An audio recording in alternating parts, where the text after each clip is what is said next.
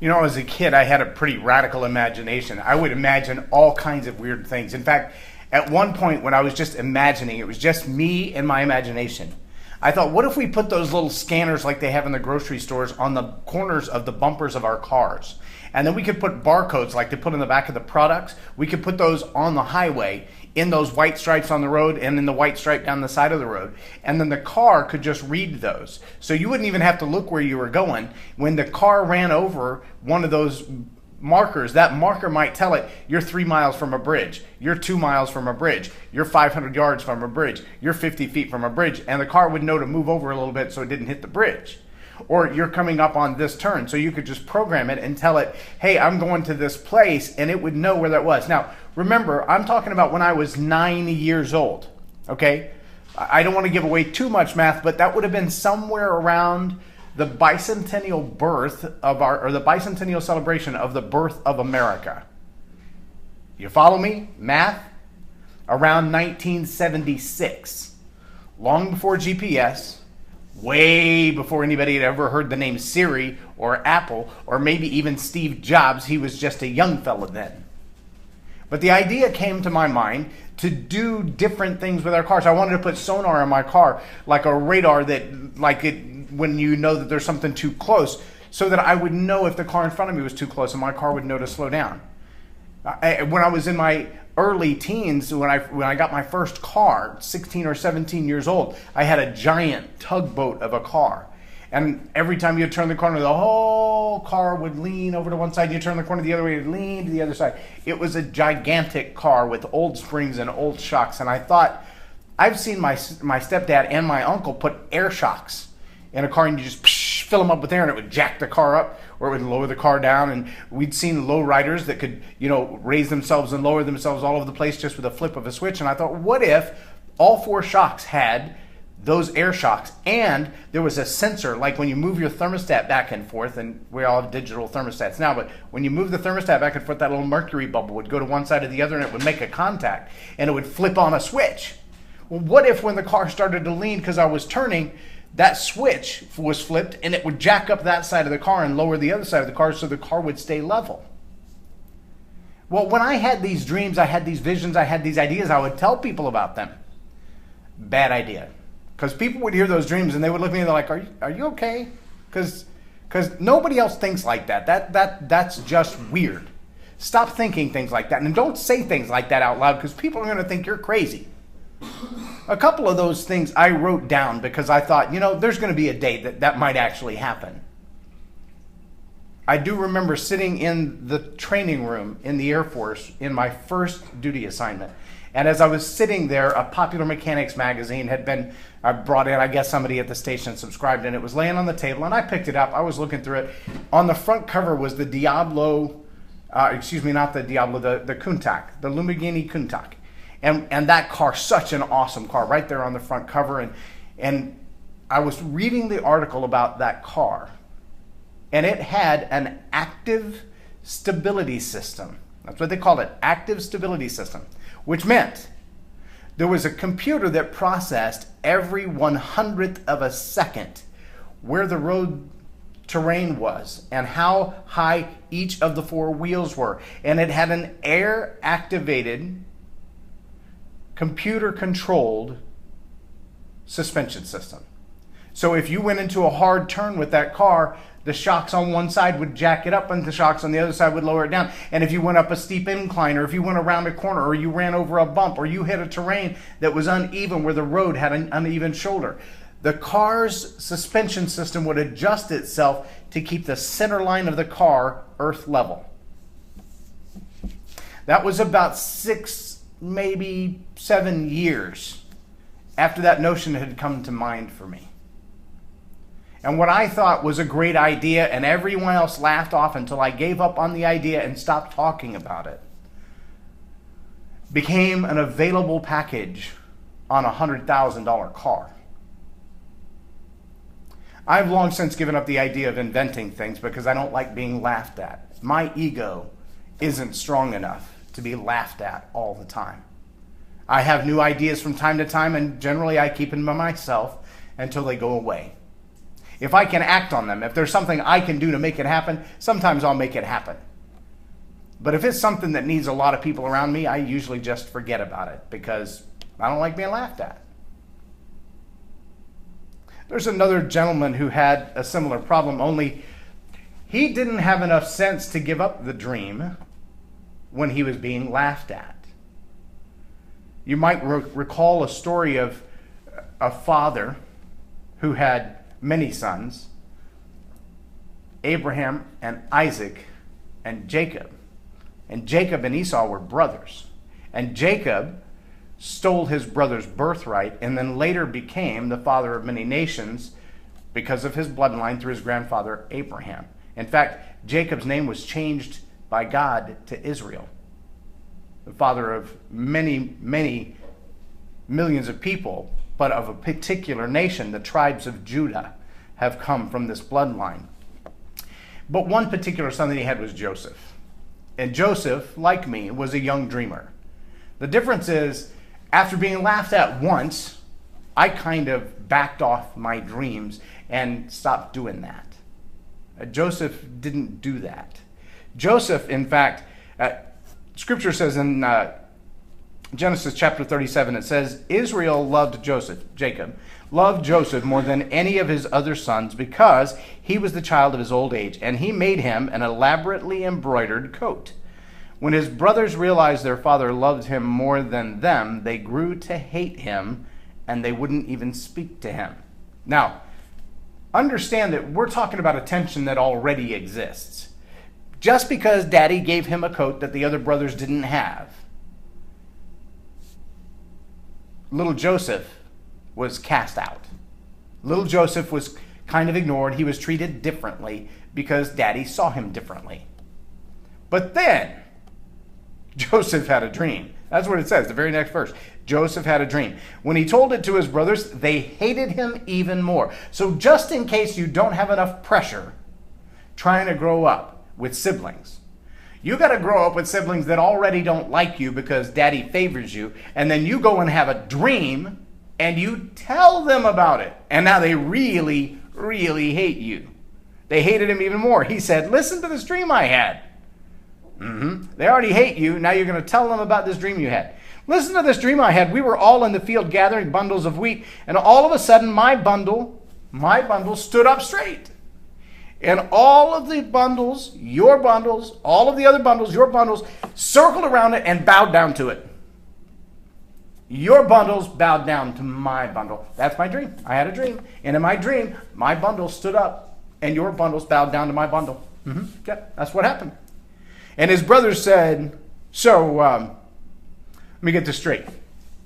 So you're Daddy's favorite. You got this special coat. You think you're all that. And now you think somehow you're going to rule over us. Second to last, almost the youngest kid. And you're going to be in charge. Right. No, not going to happen. Not on my watch. No. So you're going to rule over us. You're going to boss us around. And then they hated him even more. Now we're at the third level of hate. They hated him even more because of his dreams and the way he talked. Now he might have been a little arrogant. I don't know. I don't know Joseph. I don't know what he was like as a teenager. I know I was a bit of a smart mouth as a teenager, and I've raised 2 teenage boys, and let me just say, he had another dream. Okay, so his brothers are already jealous because Daddy favors him. Then he gets this special coat, and now they hate him. Then he has a dream, and they hated him even more. Then he told them the dream that his self was going to be, his bundle was going to be all hands up and look at me, and their bundles were going to be all like, oh, look at his bundle. And then he has another dream. You'd think he'd stop dreaming by now, right? Instead, he says he had another dream, and he told this one also to his brothers. I dreamed another dream. The sun and the moon and the 11 stars bowed down to me. The sun and the moon and the 11 stars. I'm guessing those 11 stars were the same as the 11 bundles in the field that all bowed down to his bundle. But who's the moon and the stars? So when he told his father and his brothers, his father reprimanded him. He said, what is with all this dreaming? Am I and your mother and your brothers all supposed to bow down to you? Now his brothers were really jealous, but his father brooded over the whole business. His brothers had gone off to Shechem, where they were pasturing their father's flocks. Israel, Jacob, said to Joseph, "Your brothers are with flocks in Shechem. Come, I want to send you to them." Joseph said, "I'm ready. Go and see how your brothers and the flocks are doing and bring me back a report." And he sent him off from the valley of Hebron to Shechem. Now, this is the very beginning of what turns out to be a very long story. From this moment, the path of Joseph is altered. Now, if you think that you want to be a leader, you need to think about the life of Joseph. In fact, I love when I hear John Maxwell say, and now that I am on this journey, I'm way, way, way behind John Maxwell or anybody like that. But on this journey, when we face the trials and the tribulations and the struggles and the expenses and the pain and the failures of trying to be a leader, trying to influence at multiple levels, trying to influence in multiple circles, it's costly. Joseph has only begun his journey when he first is selected by his father. Then he has a dream, and he tells his brothers, and he gets to hate level number 2. Then he tells them what his dream is about. He reaches hate level number 3. Then he has another dream. Now he's at hate level number 4.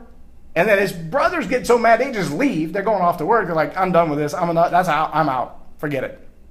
And they leave, and he goes pursuing them. Now, at this point, young Joseph tells Dad, "I'm ready. I got this. Look at me. My bundle's standing up. Everybody else is bundled down. Look at me. The moon and the stars all bound down to me. Look at me. I got this. I'm ready. I'm ready." And so many times, John Maxwell will come off stage, or it's even happened with me. I'll come off the stage, finish with a presentation, finish with a speech, and people come and like, "Man, you do that so well. I want to do what you do." And the first question John Maxwell asks, and I've begun to take up that little bit of a mantle, is, "Are you willing to do what I did so you can do what I do?" Because there's a high price to be paid for leadership for a couple of reasons. Number one is it's not an easy path to get to a place of influence. You've got to lay down a lot of things to get there. You've got to give up a lot of things to get there. You've got to be willing to go through a lot of things to get there. Just the little step to become a certified Maxwell coach. My family had to agree to go 11 months in Texas with no heat and no AC in our home. Now, I know to some of you in foreign lands that don't have air conditioning in your home, that's not a big deal. But in Texas, when it's 110 degrees outside, you're always looking for a place to hide. And there's not always the shade you want. And we're used to having nice 72-degree air inside. And when you come inside your house and it's 97 in the house and 105 outside the house, it's not comfortable. It's miserable. That's a bit of a sacrifice in our first world country. And for me to ask my family to do that so that I could have the money to pay for the certification to become a coach, that was a big sacrifice. And it wasn't just my sacrifice, it was my whole family's sacrifice. And along this journey, I've turned down job offers. I've missed other opportunities to stay on this journey. Opportunities that I've seen, and I could have seen good income from them. I could have seen a decent career from them. But it wasn't what I felt like I was called to, because I felt like God gave me a dream. He told me there was something I was supposed to be doing. And I've been, like Joseph, attached to that dream. And Joseph, in the beginning of this story, gets the 4th level of hate with his brothers. And his dad is brooding over it. But it's only the beginning of Joseph's story. If you continue to read through Genesis 37 all the way through, I believe it's 46, you're going to see the story of Joseph as he goes from his brothers hating him to they see him and they throw him in a pit. At first, they just want to feed him to the wild animals and tell him, there's an old joke that says, just kill them all and tell God they died. Well, they kind of want to take that approach with Joseph and just tell Dad, a wild animal got him. We'll pour blood on his coat. We'll take it back to Dad. We'll tell him a wild animal got him. It happens out here in these parts, right? You get out here in the desert and on your way to Shechem and there's lions and tigers and bears. Oh my. We know David fought them. But instead they throw him in a pit. They sell him off as a slave. He goes off into the slave trade, goes through the potter's house, through Potiphar's house, ends up in prison, becomes a leader in prison. And through all of this process, God is growing him and God is maturing him. And he is the example of what John Maxwell is talking about. When people say, I want to do what you do, and he says, are you willing to do what I did? Look at the journey of Job. He gave up his family for decades. He gave up his home. He gave up his freedom. He gave up his lifestyle choices. All the while, this dream in the back of his head. And I'm sure there were times he looked at God and went, I don't know why you gave me that dream, because I'm here in this pit. God, I don't know why you gave me that dream, because I'm here as a slave. God, I don't know why you gave me that dream. I'm here as a servant in Potiphar's house. God, I don't know why you gave me that dream. I'm here in prison. And the baker, he forgot about me. God, I don't know why you gave me that dream. Until the day that he's reconciled with his brothers. And the dream that God gave him becomes true. And in that moment, we see that picture, the abbreviated success. I find most people, when they look at someone and go, wow, you're just like an overnight success. Not me, maybe a John Maxwell or someone like that. Most of the time, an overnight success takes about 20 years to happen. And that 20 years is 20 years like Joseph's 20 years. From the time he had his dream through all the stuff he went through to be a leader. So if you're saying to yourself, I'm 19 years old. Look at me. My bundle's standing straight up. I'm good to go. People bowing down to me everywhere. Get ready. Because you've got about 20 years of overnight success coming to you. You got about 20 years to go through the grist mill. You got about 20 years of paying the price, paying your dues, doing the work, showing up every day, and proving to yourself, to your influencers, and to the people you influence that you are ready. That you are ready to make the sacrifices. That you are ready to pay the price. That you are ready to do the work necessary to lead. God will not be mocked. Whatever you sow, that's what you're going to reap. And if you find yourselves in your 20s or even in your 30s or your 40s and you're going, I'm ready to lead. Look at me, my bundle's standing up and everybody else is bowing down. I got it in the dream. The moon and the stars are all bowing down to me. If you've had that dream, get ready for the roller coaster ride that is the preparation to become a leader. My challenge to you today is I really would like you to dig in and read the story of Joseph. There's a great book. It talks about from pit to prison, and it's 10. I will tell you tomorrow because I have the book and I've read it. It's by Pastor Robert Morris, and it talks about the 10 pits to find success. And that's not exactly the title of it. It's a blue book. I can tell you that. I don't have it in front of me. I should have had it. It would be a good time to tell you. It's a great book, and it talks about Joseph's life, and it talks about the different tests that we have to pass to prove to ourselves and to God that we're ready, that we have paid the price, and that we're worthy of the journey, worthy of the responsibility that God's going to hand us to lead and influence people. That's a giant responsibility. So I want you to take the time to read through Genesis chapter 37 all the way through the end of the book, at least through chapter 46. And I want you to pray over the things God's called you to do, the dreams that you have for your life. And let me ask you this. Have you asked God if the dreams that you have came from Him or if they're your own vain imaginations? You should probably do that right up front. And be cautious who you share those dreams with, because sometimes sharing those dreams will cause some friction in your relationships. I won't say that it'll get you in trouble, but Joseph went to the 4th level of hate with his brothers because of his dreams. Get your face in the book. Read some of the stories of Joseph. Look at the path that you're about to walk on if God's called you to this. And then ask yourself, am I ready to pay the price? What would I be willing to give up to live the life Joseph lived, to live the life John Maxwell lived, to live the life Dale Carnegie lived, to live the life Anthony Robbins lives? These are people who have significant influence, but they paid a great price to be where they are. I am J Loren Norris, and you've been watching Tell It Like It Is TV. Have a blessed day.